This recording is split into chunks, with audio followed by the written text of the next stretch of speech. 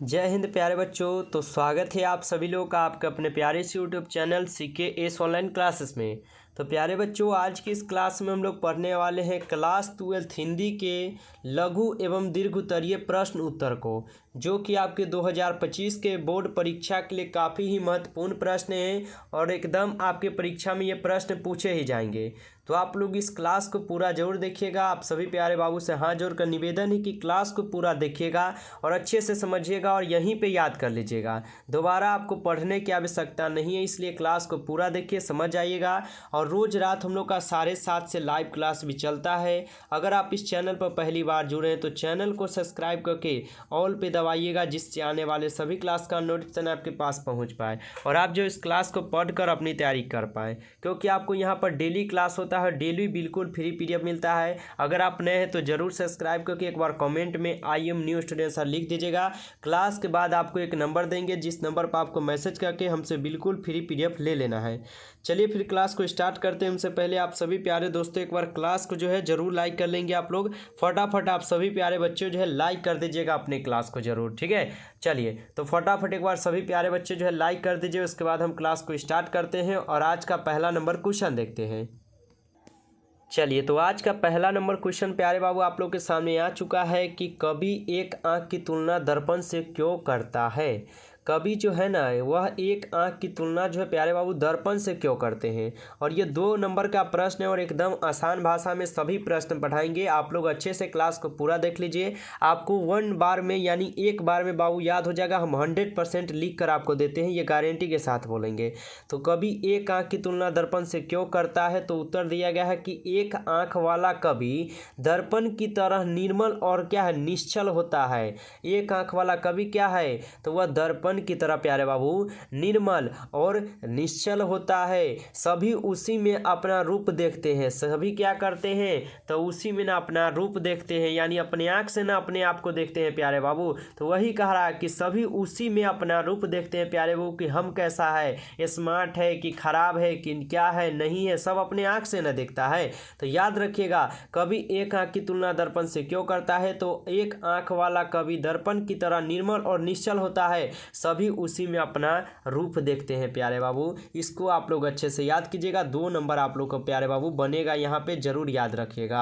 अगला क्वेश्चन प्यारे बाबू देखिए, आप लोग यहाँ पर 2 नंबर क्वेश्चन है, 1 शॉर्ट क्वेश्चन प्यारे बाबू, यानी एक बार में याद होने वाला क्वेश्चन है। चलिए, कब का है, कबहुक अब अवसर पाई में, यहाँ अब जो है ना संबोधक किसके लिए है। ये भी प्रश्न आपके 2 नंबर में पूछा जाता है, याद रखिएगा। कबहुक अब अवसर पाई में, यहाँ अब जो है संबोधक किसके लिए है। उत्तर दिया गया है कि कबहुक अब अवसर पाई में, अब का संबोधक जो है ना, ये आपकी सीता के लिए किया गया है प्यारे बाबू। याद रखिएगा, आप लोग अच्छे से याद रखना है। चलिए अगला क्वेश्चन पढ़िए आप लोग। यहाँ पर 3 नंबर क्वेश्चन है, तुलसी को किस वस्तु की भूख थी प्यारे बाबू। तुलसी को जो है किस चीज की भूख है, यानी किस वस्तु की भूख है प्यारे बाबू। उत्तर देखिएगा, उत्तर दिया गया है कि तुलसी को श्री राम की भक्ति की भूख थी। तुलसी को क्या थी, तो तुलसी को बाबू खाने पीने वाला भूख नहीं था, वो श्री राम की भक्ति का भूख था, कि हम अपने प्रभु का दर्शन कब करेंगे, हम अपने प्रभु के चरण में कब जाएंगे। उनको इस बात का बाबू उनको भूख था, ठीक ना,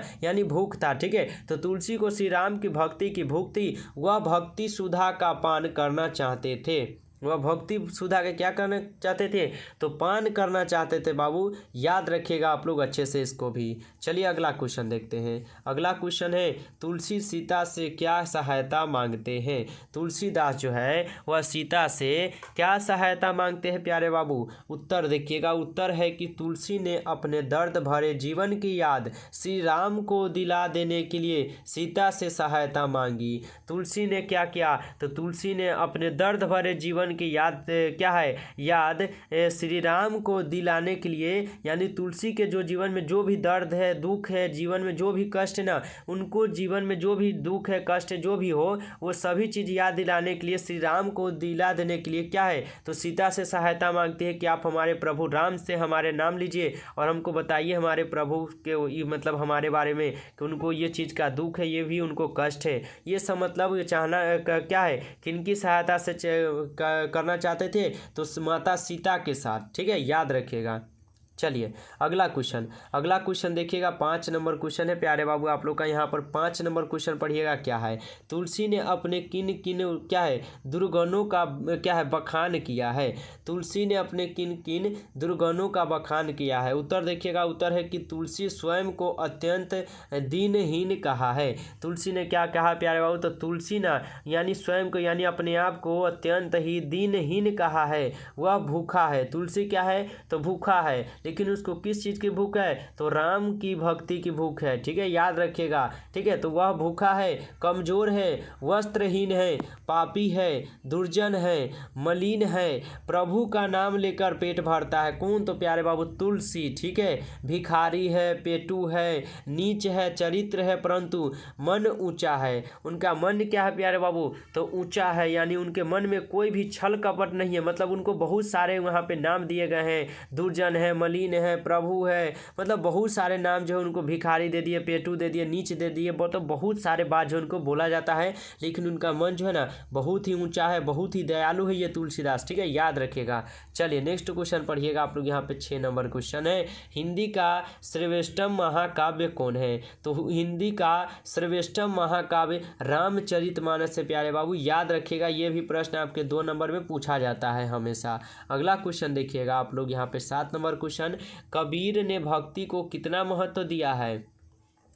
कबीर ने प्यारे बाबू भक्ति को कितना महत्व दिया है, तो उत्तर देखिएगा। उत्तर है कि कबीर ने भक्ति को सभी धर्मों से ऊपर बताया है। कबीर क्या किया है तो कबीर ने क्या है भक्ति को ना सभी धर्मों से ऊपर बताया है। ठीक है, योग यज्ञ व्रत दान भजन आदि अनुष्ठान भक्ति के सामने तुच्छ क्या है तुच्छ है। ठीक है, भक्ति के आगे क्या तो ये तुच्छ है, यानी फीका पड़ जाता है ये सब चीज़। ठीक है, भक्ति विमुख जो धर्म है उसे कबीर ने धर्म माना है। उसे क्या है तो भक्ति विमुख जो धर्म है ना उसे कवि ने अधर्म मान रखा है प्यारे बाबू, याद रखिएगा। आप लोग कहेगा आपसे कबीर ने भक्ति को कितना महत्व दिया है प्यारे बाबू, तो इतना याद रखिएगा। आप लोग अच्छे से लिख लीजिएगा, एकदम आसान भाषा में है प्यारे बाबू, ज़्यादा आपके लिए हार्ड नहीं है, ये 1 शॉर्ट क्वेश्चन है, याद रख लेना है आप लोग को। अगला क्वेश्चन क्या है देखिएगा ध्यान से। अगला क्वेश्चन है, नाभादास किसके समकालीन थे और किसके शिष्य थे ये नाभादास। ठीक है, नाभादास जो यह किसके समकालीन थे और यह किसके शिष्य थे नाभादास। उत्तर देखिएगा, उत्तर है नाभादास राम भक्ति शाखा के क्या है कर्णधार गोस्वामी तुलसीदास के समकालीन थे ये नाभादास। पूछा है ना नाभादास किसके समकालीन थे, तो नाभादास राम भक्ति शाखा के कर्णधार गोस्वामी तुलसीदास के समकालीन थे। नाभादास राम भक्ति परंपरा के ही हित संत थे। ठीक है ना, अतः अनेक क्या है दीक्षा गुरु राम भक्त क्या है अग्रदास हुए हैं। अग्रदास रामानंद शिष्य परंपराएं के कवि थे। ठीक है, क्या है अग्रदास, तो अग्रदास जो है ना रामानंद शिष्य के ना परंपराएं कवि थे। इस प्रकार नाभादास अग्रदास के शिष्य, इस प्रकार क्या है जो नाभादास थे ना ये अग्रदास के शिष्य हुए थे। ये कृष्ण दास पयहारी के भी प्रिय शिष्य थे। ये क्या थे तो कृष्णदास पयहारी के भी प्रिय शिष्य माने जाते थे ये नाभादास। ठीक है, याद रखिएगा प्यारे बाबू अच्छे से इसको भी। ठीक है, चलिए आगे बढ़ते हैं। अगला क्वेश्चन पढ़िएगा आप लोग। यहाँ पर 9 नंबर क्वेश्चन दिया गया है आपके सामने है कि नाभादास के छपे में कबीर की किन विशेषताओं का उल्लेख किया गया है। नाभादास के छपे में कबीर की किन विशेषताओं का उल्लेख जो है प्यारे बाबू किया गया है। उत्तर देखिएगा, उत्तर दिया गया है कि कबीर हिंदू और मुस्लिम सबों को एक ही मानते हैं। कबीर क्या है तो हिंदू और मुस्लिम जो भी धर्म हो, ठीक है, हिंदू मुस्लिम ईसाई जो भी धर्म आता है उनको क्या है तो वह एक मानते हैं। ये और अच्छा बात है, सबको एक मानना चाहिए। ठीक है, यानी हिंदू हो जो भी धर्म से आओ सबको एक मानना चाहिए, तो वही है कबीर हिंदू और मुस्लिम सबों को ना एक ही मानते थे। वे जाति भेद नहीं करना चाहते थे। वो क्या है तो जाति धर्म भेदभाव क्या करना चाहते थे, किसी के साथ नहीं करना चाहते थे, सभी को एक समान मानना चाहते थे। भक्ति क्या है तो विमुख धर्म बेकार होता है। भक्ति क्या है तो विमुख धर्म बेकार होता है। पूजा पाठ यज्ञ आदि कर्म कांड भजन के सामने तुच्छ है। ये सब क्या है तो कर्म कांड के भजन के सामने क्या तुच्छ है, यानी फेंका है। यानी जब आपके मन में चंचलता हो, कोई भी यहाँ पे छल कपट ना हो, किसी से भेदभाव ना होना, तो ये जो राम भक्त और जो भी हम लोग भक्ति पूजा पाठ करते ना, ये सब हमारे पीछे क्या तो फीका पड़ जाएंगे प्यारे बाबू, क्योंकि हमारे मन में कोई भी छल कपट ही नहीं रहेंगे। हम सभी को अपने भाई की तरह मानेंगे, सबको अपना मानेंगे भाई, कोई भी जाति धर्म हम लोग नहीं मानेंगे। तो हमसे बड़ा कोई भी भगवान क्या हो सकता है, नहीं होगा, ठीक है, याद रखेगा। चलिए, तो यहाँ तक प्यारे बाबू आप लोग रट लीजिएगा, एक बार 1 से 2 बार आप लोग रिवीजन कीजिए, याद हो जाएगा। अगला क्वेश्चन है, भूषण ने शिवाजी की तुलना किन किन से की है? ठीक है बाबू, भूषण ने शिवाजी की तुलना जो है ना किन किन से किए हुए हैं, तो याद रखिएगा उत्तर क्या है। तो भूषण ने शिवाजी की तुलना इंद्र क्या है वारी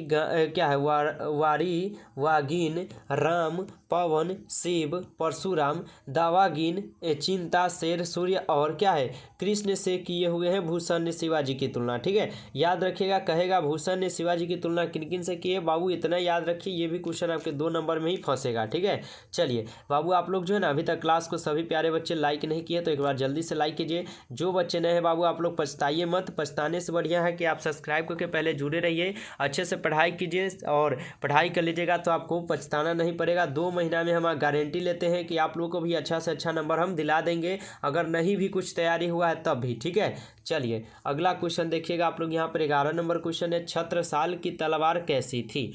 छत्रसाल की तलवार जो प्यारे बाबू कैसी थी? उत्तर देखिएगा, उत्तर दिया गया है कि छत्रसाल की तलवार क्या है 20 भरी नागिन सी थी। ठीक ना, जो छत्रसाल की तलवार थी ना वह 20 भरी नागिन सी थी। ये तलवार वह दुश्मनों को खदेड़ खदेड़ का काटती थी। जो ये छत्रसाल की तलवार थी ना यह एक 20 भारी नागिन की तरह थी। वह क्या है तो दुश्मनों को खदेड़ के यानी दौड़ा दौड़ा के काटती थी, यानी खूब काटता था तलवार से, सभी दुश्मनों को खूब काट कूट करते थे। ठीक ना, यह तो क्या है प्रलय काल के सूर्य के समान काफी क्या चमकदार थी। यह क्या है तो प्रलय काल के सूर्य के समान काफी ही चमकदार थी ये तलवार। ठीक है, जो दुश्मनों के हाथियों के अंधकार क्या है हाथियों के अंधकार पूर्ण क्या है झुंड को समाप्त कर देती हैं।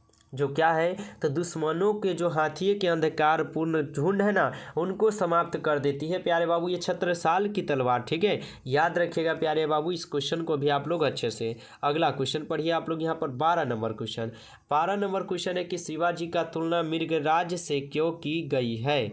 शिवाजी का तुलना मृगराज से प्यारे बाबू क्यों की गई है? उत्तर देखिएगा, उत्तर है कि जिस प्रकार मृगराज बड़े हाथियों के झुंड पर क्या है टूट पड़ता है, उससे क्या है उसके मस्तक को फाड़कर उसका खून पी जाता है ना, उसी प्रकार शिवाजी भी मुगलों को मार देते हैं। उसी प्रकार क्या करते हैं तो शिवाजी भी क्या करते हैं तो दुश्मनों को एकदम जान से ही मार देते हैं। क्या है बाबू क्वेश्चन, शिवाजी का तुलना मृगराज से क्यों की गई है? तो जिस प्रकार मृगराज बड़े हाथियों के झुंड पर टूट पड़ता है ना, उसके मस्तक को फाड़कर क्या है उसका खून भी पी जाता है, उसी प्रकार क्या शिवाजी भी मुगलों को मार देता है बाबू जान से। याद रखिएगा आप लोग इसको भी। अगला क्वेश्चन है 13 नंबर की, हृदय की बात का क्या अर्थ है?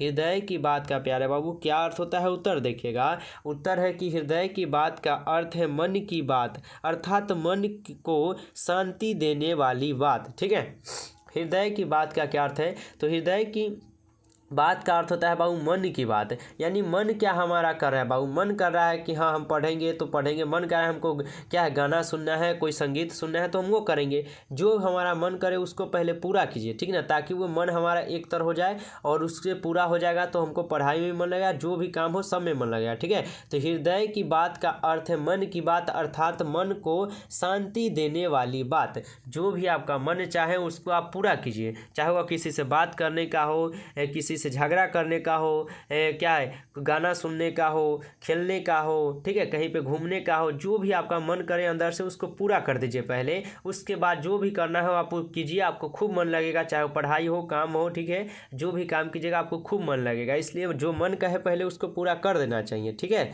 चलिए अगला क्वेश्चन यहाँ पे 14 नंबर है कि जहाँ भय है वहाँ मेधा नहीं हो सकती। चलिए, जहाँ पर भय है प्यारे बाबू वहाँ पर मेधा क्यों नहीं हो सकती? उत्तर है कि मेधा के लिए स्वतंत्रता चाहिए। मेधा के लिए क्या है तो हमें स्वतंत्रता की आवश्यकता पड़ती है। याद रखिएगा, भय में व्यक्ति पर क्या है परतंत्र रहता है, भय में क्या है तो व्यक्ति जो है ना परतंत्र रहते हैं, अतः भय में मेधा संभव नहीं है। भय में क्या है प्यारे वो तो मेधा संभव नहीं है। अगर आप लोग मान लीजिए कि अभी भय में होइएगा कि भाई हमारा एग्ज़ाम कैसा जाएगा। अगर आप इस भय में रहिएगा ना तो आपको ये भय और सताएगा, और उतना सताएगा, इतना सताएगा ना कि आप डरते जाइएगा और इसको मतलब अपनी तैयारी में और भी कमज़ोर हो जाइएगा। इसलिए भय से मत डरिएगा, आप लोग डट कर सामना कीजिए, आप लोग खूब मेहनत कीजिए, ये भय आपका कुछ नहीं कर सकता है। आप लोग अच्छे से पढ़ाई कीजिए। बाबू आपको ये डराएगा भय, लेकिन आप लोग डरिएगा नहीं, अच्छे से पढ़ाई कर लीजिए, आपका ज़रूर अच्छा नंबर आ जाएगा। हम पूरा उम्मीद रखे हैं आप लोगों से, ठीक है। चलिए तो प्यारे बाबू, आज की इस क्लास में आपको सिर्फ 14 ही क्वेश्चन पढ़ाए हैं,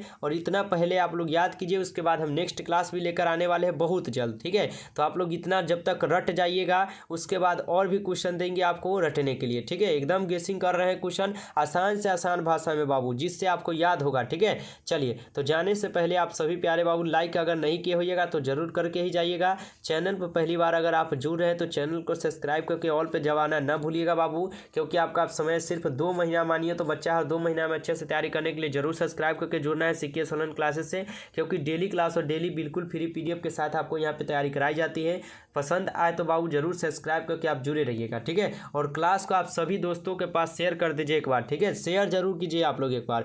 और जितने बच्चे लाइक नहीं किए कर लीजिएगा, जो बच्चे नए होंगे आप लोग इस नंबर पर ही मैसेज कर लीजिएगा पीडीएफ के लिए 962 18 834। अगर आप नए हैं तो पीडीएफ के लिए इस नंबर पर जरूर मैसेज कीजिएगा। चलिए मिलते हैं फिर नेक्स्ट क्लास में, तब तक के लिए आप लोग अपना ध्यान रखिएगा। बेस्ट ऑफ लक, आप लोग मन लगाकर पढ़ाई कीजिए।